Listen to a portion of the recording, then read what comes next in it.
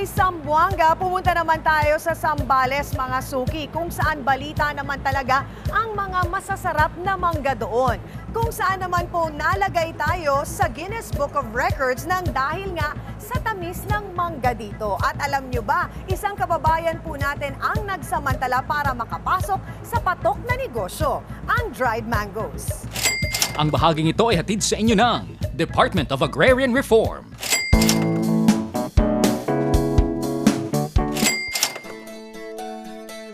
Kilala ang lalawigan ng Zambales sa matatamis nitong mangga. Minsan na ngang naitala ito sa Guinness Book of Records na may pinakamatamis na mangga sa buong mundo. Kaya naman sinamantala ng mga magsasaka doon ang biyayang ito. Tulad ni Aling Evelyn Alegado Grace, isang beneficiary ng Comprehensive Agrarian Reform Program sa bayan ng Candelaria na kumikita sa kanyang dried mango business. Nag-start po kami ng 5,000 pesos. Doon sa 5,000 pesos na po yon, ang binabayaran lang po namin doon pambili ng sugar, pambayad ng labor outside, at saka po pambili ng packaging and labeling materials. Yung mga raw materials ay nanggagaling po sa sarili naming harvest. Napalaki po namin na napalaki hanggang sa umabot na po kami ngayon ng 200,000. Boss po ito sa spraying at saka sa pagpo-process po nitong mangga.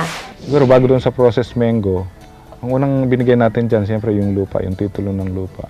Mula kasi doon, tinamnan niya ito ng mangga na kung saan yung mga inaanis sa ngayon, yun yung pinapakinabangan niya.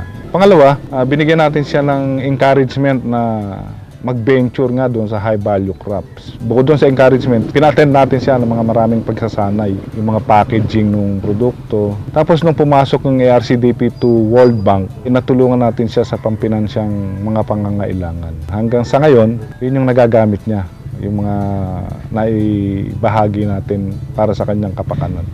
Ika nga ni Aling Evelyn, bread and butter na nila ang negosyong ito, pangmatagalan na kabuhayan ng kanyang pamilya. Pero paano nga ba ginagawa ni Aling Evelyn ang kanilang bersyon ng dried mango at sino kalimitan ang mga namimili nito? Alamin yung gulang at saka yung dapat natin alam kung gaano kahinog yung gagawin natin na mangga.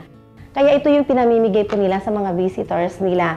And other offices like DTI, yung Agrarian Reform din po, kumukuha din po sa akin, and DOST, yung Department of Agriculture, lahat po ng mga trade fairs na nag-sponsor. They see to it na yung dried mango namin ay nandoon.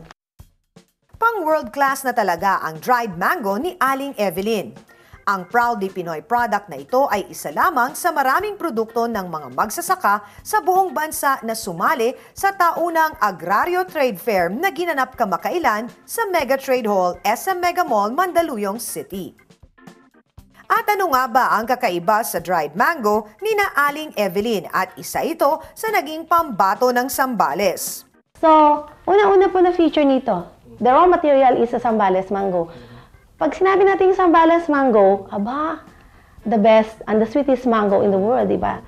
Mahalagaan niya sa kanila ang kalusugan ng mga tumatangkilik sa natatangi nilang produkto. Kaya naman no preservatives ang motto ng kanyang mga produkto.